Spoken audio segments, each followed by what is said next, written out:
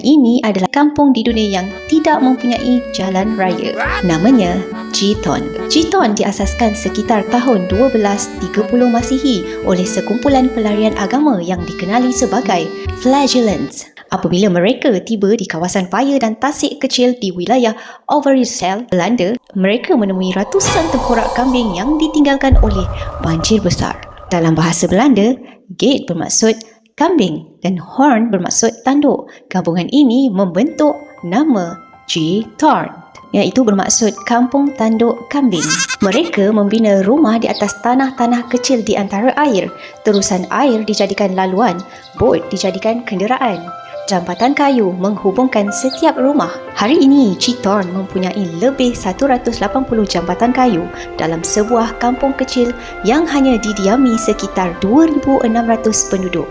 Tiada jalan, tiada kereta, tiada bunyi enjin, hanya air, kayu dan angin.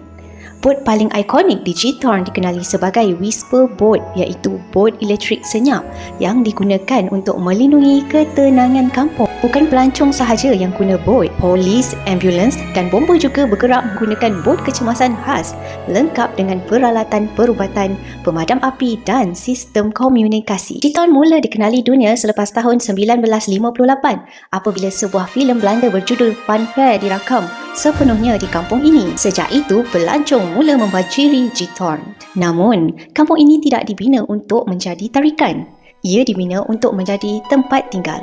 Dan sebab itulah Chiton masih kekal cantik sehingga hari ini. Kerana kampung ini tidak pernah dibina untuk kelajuan dunia. Rumah tak boleh dinaikkan sesuka hati. Bumbung jerami mesti dikekalkan. Warna dan bentuk rumah dikawal.